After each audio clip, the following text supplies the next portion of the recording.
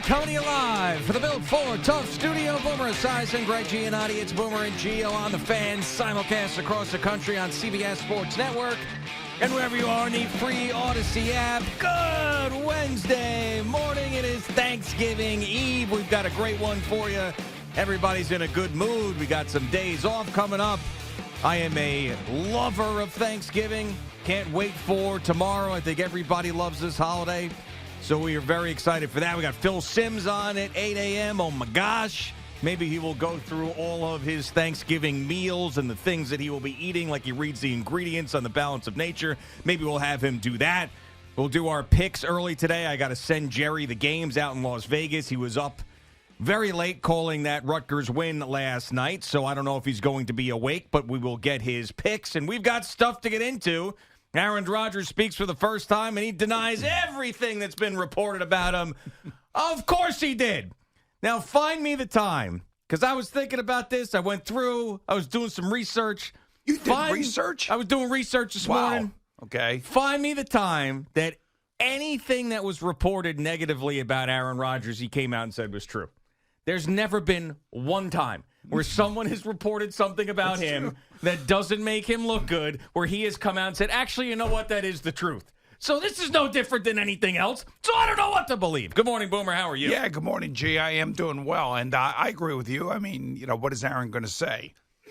He's going to say, he's going to try to be as lacking specifics as possible without really saying much. Yeah. And trying to be positive about his time here, which I totally understand.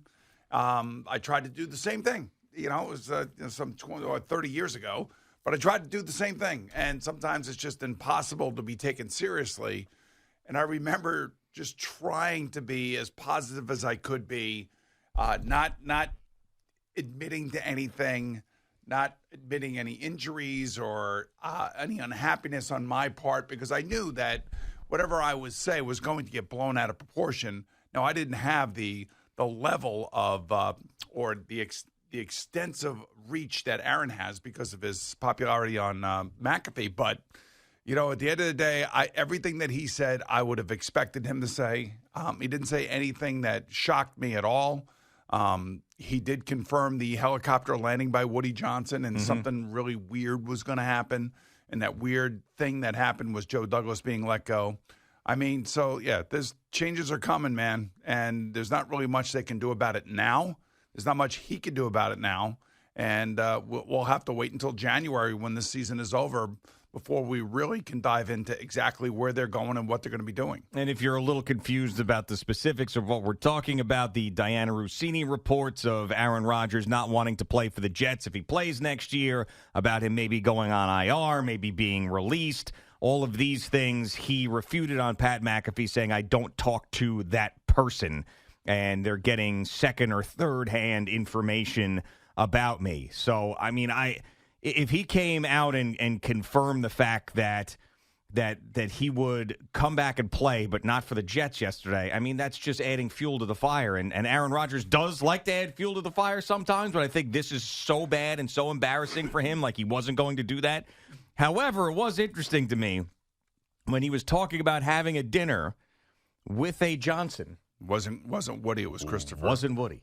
It was Christopher Johnson. Yeah. Now, the reason why that's interesting is because there's been a lot of talk about the relationship between Woody and Aaron Rodgers. I know Christopher is like he's like the nicest guy involved in football ownership. Oh, Tiny Johnson. But he's actually too nice to be in that arena sometimes. He cares about people deeply, so that does not surprise me that they had a dinner. But also makes me think... By the way, they may be politically connected as well. Like, that, you know what I'm saying? Right. Where they both have the same political views about different things, and probably both maybe are supporting RFK and his quest in trying to make America healthy again. Could be something like that. Yes. And it also could be the fact that maybe they know that Woody is going to take another job in the administration, and now you got Christopher who's going to be taking over, and hey, Aaron, where are we at with everything? Yeah, Woody Johnson will be definitely involved in all of this, 100% of it, and don't think that he won't be.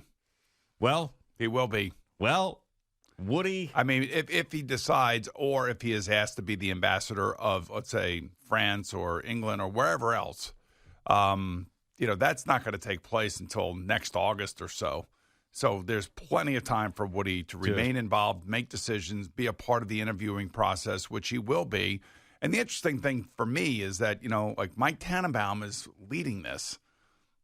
So whether it be Dawn Aponte or anybody else in Mike Tannenbaum's background that he has worked with before and has a high regard for and respects, that they will actually show up, do their job, and be involved on an everyday basis. I'm sure we'll see a cascading of candidates that will be a part of whoever has been in Mike Tannenbaum's background.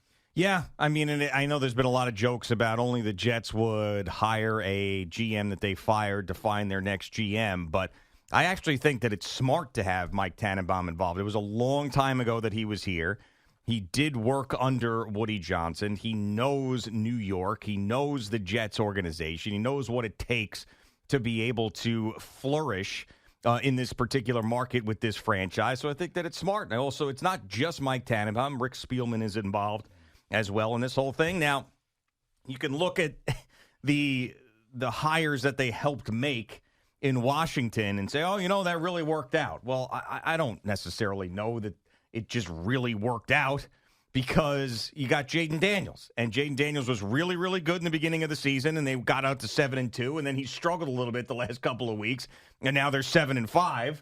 And basically you went out there and you got Dan Quinn and Cliff Kingsbury, which I don't know if those are the greatest hires in the world, but they got the great quarterback in the draft. And when he plays well, they win, and when he doesn't, they don't. So, I mean, can you really hang your hat on the fact that you found those two guys that everybody knew were available? Yeah, I know. That's really what it comes down to. To me, I know the coach is going to be of paramount importance because they have to bring somebody in here that has some experience. They cannot go down the coordinator. As much as I like Aaron Glenn and as much as I think Aaron Glenn's going to make a really good head coach, not here.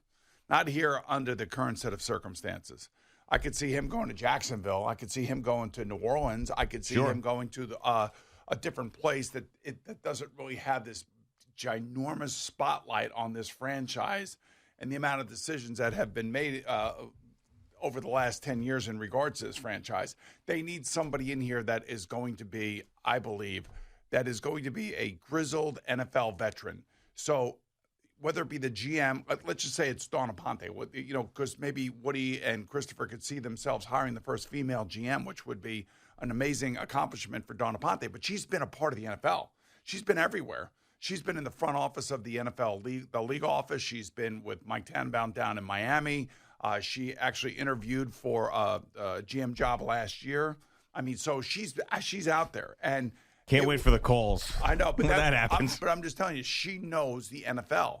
She knows everybody involved. She knows every other GM. She knows all the owners. She knows everybody. So, to me, that may be her first foray as a GM, but she is I hate to say this in regards to, a woman, but a grizzled NFL veteran. She's been through the war. She's got the slings and arrows. She's got, just the toughness, I think, that she could handle the job if, in fact, she was the one who got the job. There also maybe a guy that comes out of nowhere, like the Bucs' Mike Greenberg.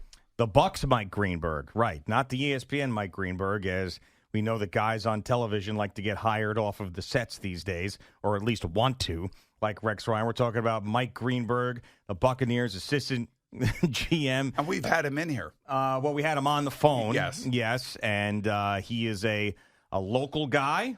I forget exactly where, but I know he's a local guy. He's been Merrick. He's been to Long Island. He's been working down there for a while. He was heavily involved in the recruiting of Tom Brady, the Buccaneers, and getting that done. He's been their cap guru down there for Tampa. Yeah. And he's an assistant GM. I mean, so he knows the area, but once again, as I understand it, maybe he and his family are huge Jet fans. I mean, that could be that also could be. Well, if that's the case, then really don't come here. Because then you'll have the whole fan base that you have spent your life shoulder to shoulder with hating your guts. Well, your whole fan base may think that you're the one because you're the fan. You're the guy. You never know, man. You know it's not. He bleeds Who's Jeff he hiring? Green. Isn't that what Rex Ryan Who's he hiring as the coach? Because that's what I need to know. Yeah, again, I don't know. I have no idea. I mean, if he's just hiring some dude who's the hot name, then no, they're going to fail because it just doesn't work here. That doesn't work here. Now, you're going to tell me that Mike Greenberg and John Gruden have a relationship from Tampa, and Mike Greenberg's going to come in here and work with him, then I'm all in. Well, Gruden's down there, cutting up tape and getting ready for his Barstool takes. Damn right he is. So, I mean, then I'd be in on it. But I can't imagine the same road, the same formula once again. Oh, let's hire this search firm to find the next guy. The guy who's going to turn this thing around. This isn't Houston.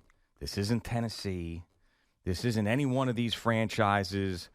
This is the New York Jets, where careers come to die and the worst memories of your life are born. That's what this is. Joe Douglas and Rob Saleh. It's one of 32, man. Right. But, I mean, Rob Saleh and Joe Douglas, the worst memories of their careers have happened here. And it probably will remain that for the rest of their lives. A lot of us can say that. Adam Gase, you.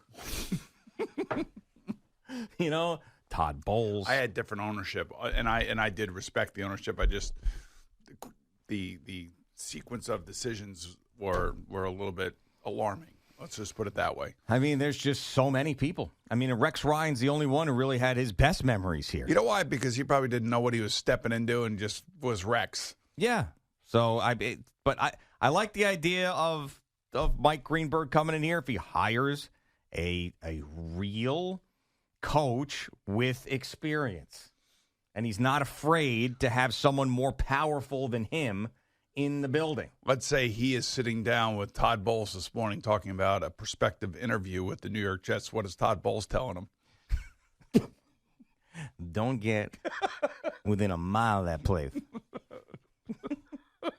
I'm telling you right now. Florham Park, this is what you think. Florham Park is Chernobyl to you. That's what you got to think of it. You can go there. You're going to get exposed to that radiation. You're going to grow a tail. Trust me. You want to get some lunch? But that's one of my points that I've been bringing up for a long time, is that there's so many guys in the NFL that are respected that have gone to the Jets. Yes, I know. And have just said been it 1,000 spit times. out. You've said it 1,000 times. I mean, Adam times. Gase is the only one who hasn't really resurfaced anywhere. Because he was so bad, and then everybody hated him. And I guess he's down in Florida bad-mouthing the Jets on golf courses because we've gotten multiple calls. I mean, it might be the same person who said that, but yeah, I mean, everybody else is just. I would think everybody that comes through here, maybe with the exception of Rex, probably feels the same way. Probably has spoken openly about some of the dysfunction and how they really never. I can't say that Joe Douglas and Rob Saleh didn't have a chance. They had a chance. Of course. They had quite 5.5 years. I mean, this is Joe Douglas was here for 5.5, 6 years, and maybe the roster isn't as bad as it's playing. I'll tell you right now, there is a single day in which ruined those two guys and this whole era. A single day. There was a single day that ruined their entire time here. Was that the Achilles injury? No. Nope. Was it off the field or on the field? It was on a field. On a field. Mm-hmm. Did a helicopter land that day? No, it did not. Was it on a game field or a practice field? It was on a practice field. All right. So did it have something to do with Hard Knocks? Nope. It was the Zach Wilson Pro Day. That's the day that ruined everything because he made those throws and he got everybody going federal in the Jets organization, and he made that one throw on the run, and everybody's like, this is the guy. He's going to do it. This fresh-faced kid from Utah is going to come in here, and he's going to take over this franchise, and he is going to be the one that saves us. That was the day. Wow. Wasn't the day he was drafted. It was the day that they fell in love with him at that pro day. And ever since then, year in and year out. So when you whiff on the quarterback, that's what happens. And then that led them into the Aaron Rodgers thing, which, of course, we know how that has worked out. It all gets traced back to that. Just like Dave Gettleman's tenure all got traced back to Daniel Jones. And now Joe Shane and Brian Daboll, their tenure might all be traced back to Daniel Jones. when Saquon Barkley goes into the Hall of Fame, does it go as an Eagle or does it go as a Giant? Gold jacket guy. Yeah, well, he's playing like it. Yeah, he certainly is. All Well, right. he's got his money guaranteed now. Well, he does. And that's why he's leaping over people, as he claims that he's not afraid to get hurt any longer because he's got his money and he does whatever he wants. All right. It is Boomer and Gio on the Fan and CBS Sports Network. Got CeeLo in again. He's going to give you an update coming up in just a couple minutes. Got some weather for you brought to you by